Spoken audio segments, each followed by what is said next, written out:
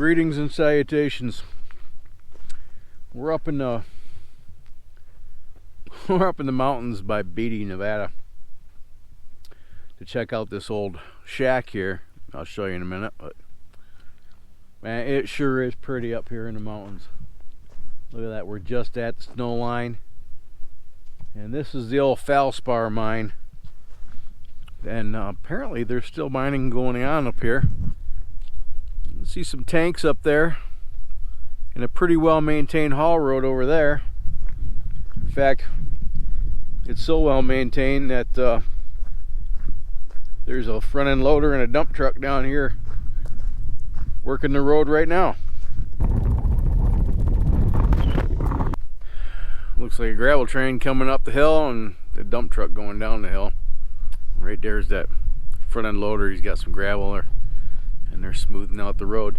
And my son's about to get snow grubbed. He keeps throwing snowballs at my back. Check out this old cabin. Depending on who you listen to, this is either a cabin or it's the post office.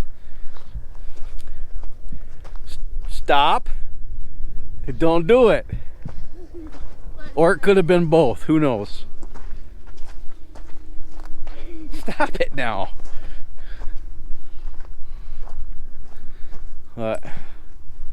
It's a nice stone building. Oh, look at that. That's nice. Let's go inside and check this out.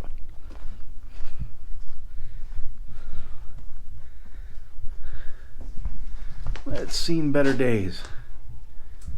And I really don't like it when people come up here and wreck things, but once the roof goes, you really can't stop the degradation. And the roof is not watertight no more, but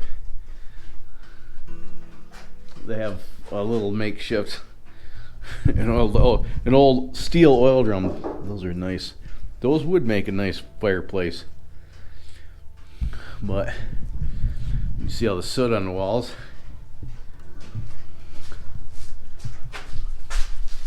You need to stop it now. Well, that's no good. There's your problem there. Why? Huh? Yeah, it's fun. It's all fun and games as long as you're the one throwing the snowballs, yo. Right? What? You know what?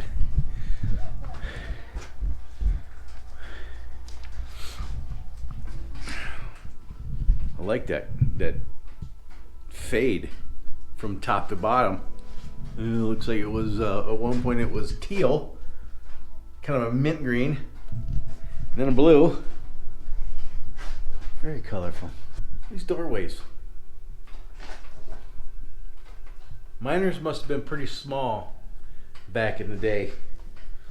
So I did a little bit of research and I found an article that gave a little more history than most others.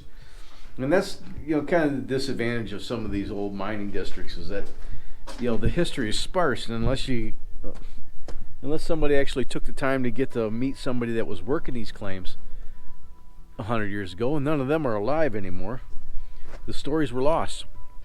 This was who's going to tell the stories of these miners?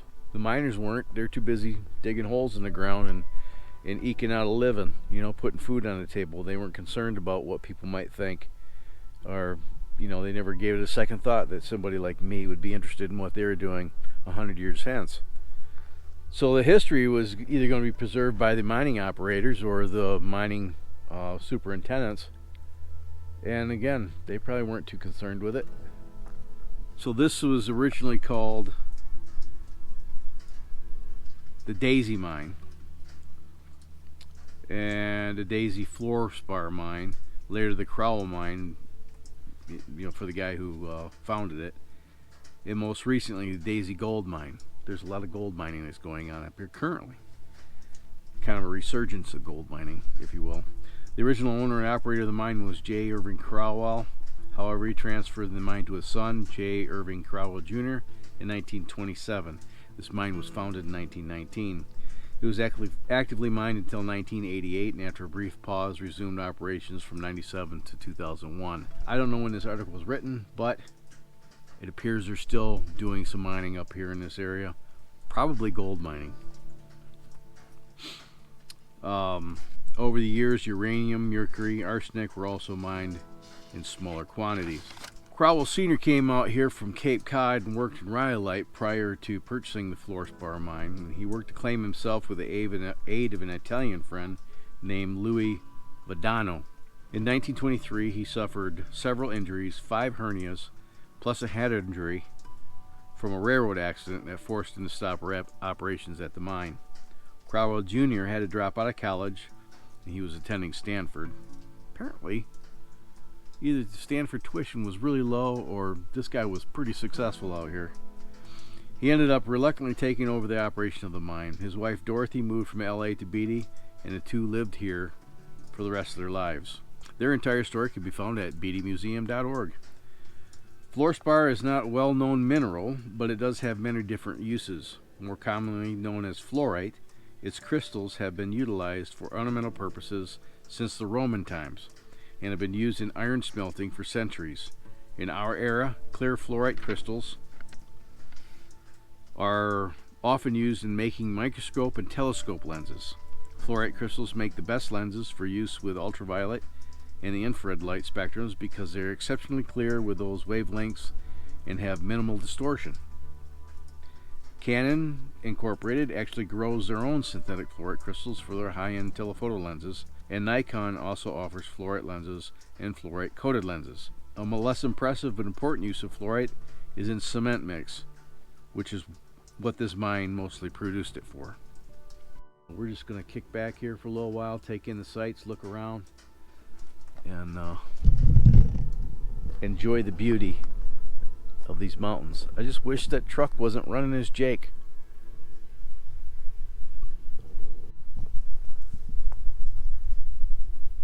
So the flat bottom is bringing gravel up from the valley, dumping it there, and then they're using the loader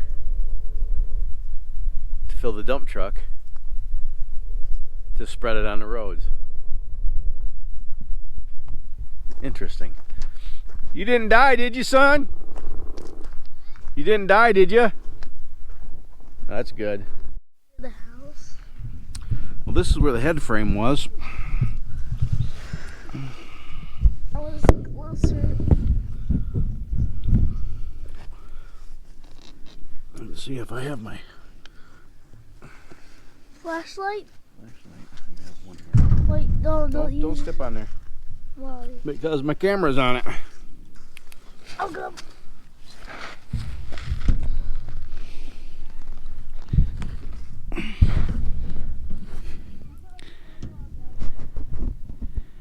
It goes down there a bit.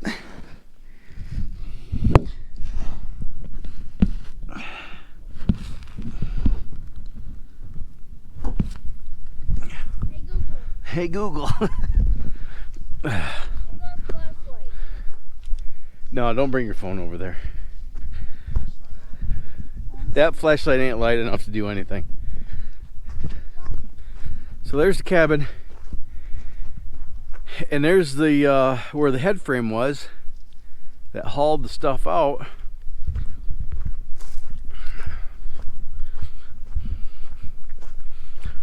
We have some signage here. It's like possibly. Okay, we need to go down here. Come on, bud.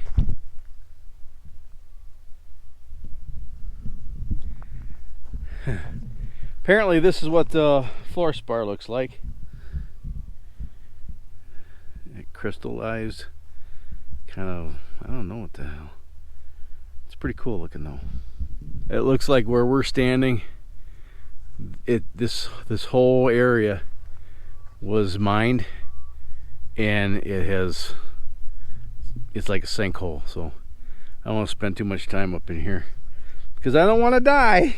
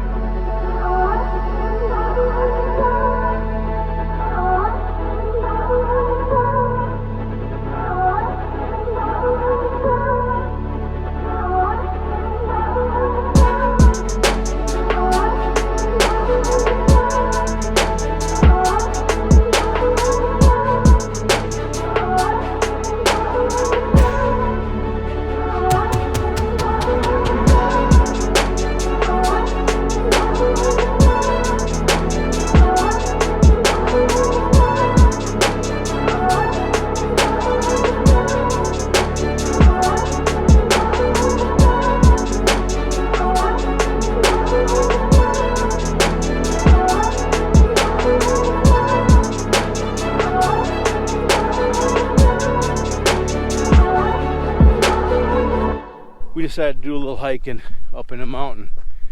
We're a little bit above the cabin right now. There's mine over there. We might go check that out in a minute.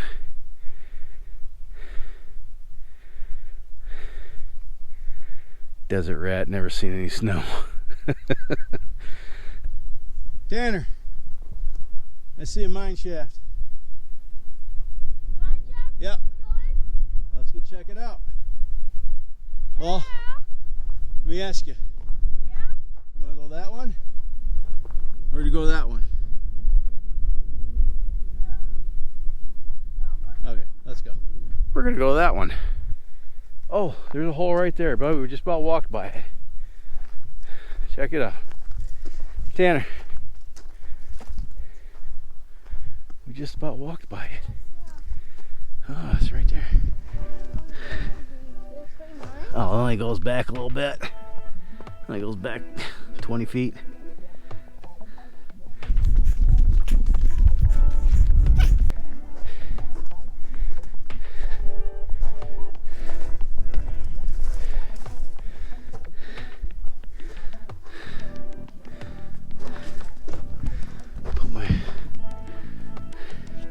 Wow. This is pretty good.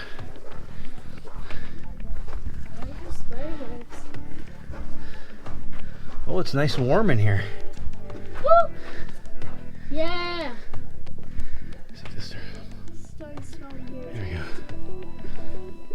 Spiders not here. Yeah? No one? Probably some miners down. What's this? What's that yellow stuff? What's that? Yeah. What's that yellow stuff? I don't know. It could be goldie. It could be. Look at that. It's sparkly. Yeah, the granite or quartz conglomerate. That's about where Pack Rat lives. What's a cracker? Is it a snake? No, Pack Rat's a little rat that likes to pack stuff away. We got some dunnage, Huh. some cribbing. Don't touch anything, okay? Because you just don't touch anything. It's nice and warm in here though. Pack rats come back in here.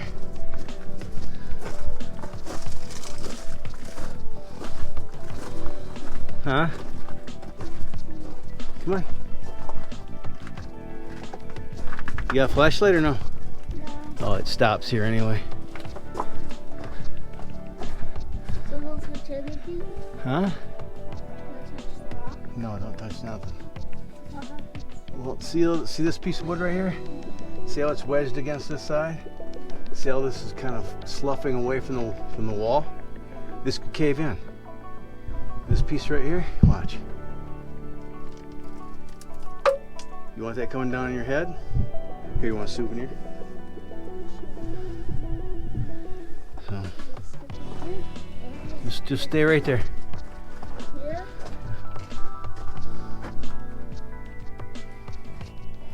There's a quartz vein right there. There's probably gold in there. Let's see this. See that white rock? That's what they were chasing. Right? That's the vein that they were chasing because there's probably gold in here. Okay, that's as far as we can go. Let's go back out. I can't see. It's dark, isn't it?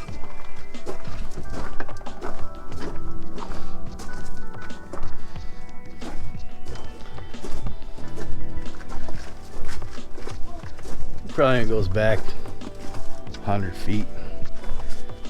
So you don't even need a flashlight now.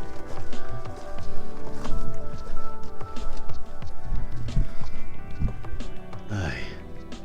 There's probably definitely gold in that right there.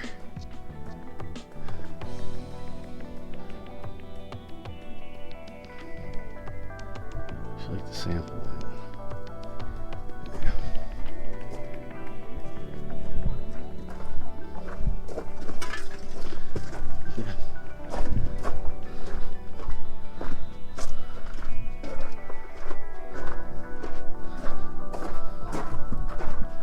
Huh? What? Yep. Sure is.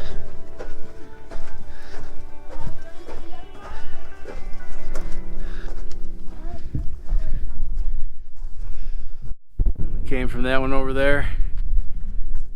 We just explored inside that one and went back about 150 feet. And there's another one over here. We're gonna go check it out. Yeah, it only comes back 20 feet or so and it opens up into this pocket. Well, that's boring.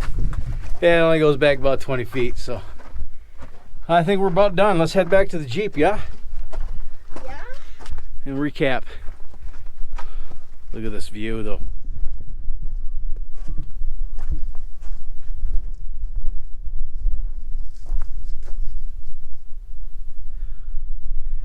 There's the cabin. We left off there. You turn down this other road. I came up the hill there. I came over and checked out that collapsed mine there, and just looked over the hill. And I turned and looked up the hill here where Tanner's walking, and I find this. It's an old miner's bed. Look at this thing. This thing's been here for 100 years.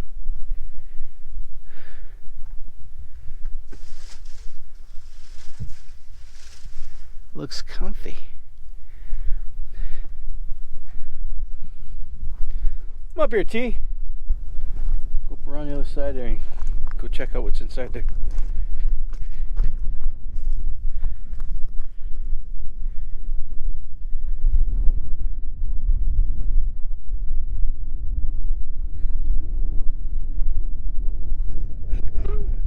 What is that? I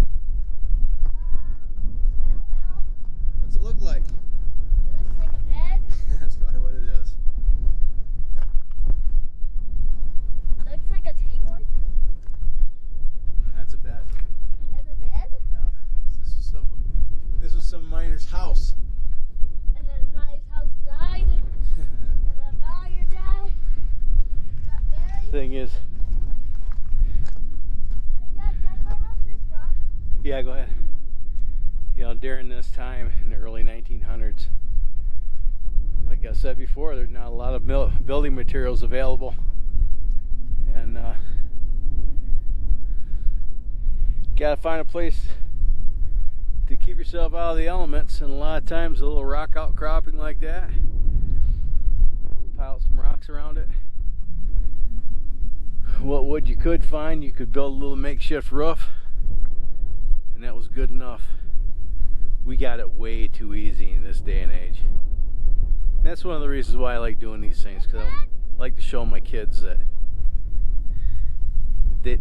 we didn't always live in air-conditioned comfort.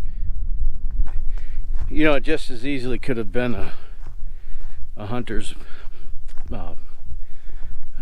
perch, you know, hiding up there in the mountainside, hunting for goats.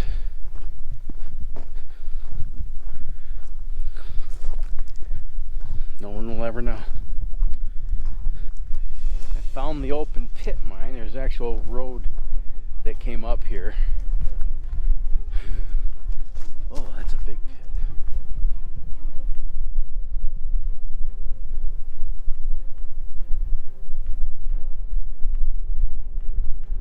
And if you look across the valley, you can see a scar. It looks like it may have been, at one time, a haul road that went from this pit to another pit that's over yonder beyond those water tanks.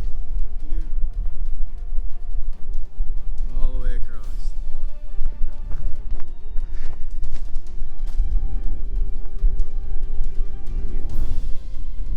Getting in's easy. Getting out's a mother. That was fun. Was that fun, Tanner? Mm-hmm. Here.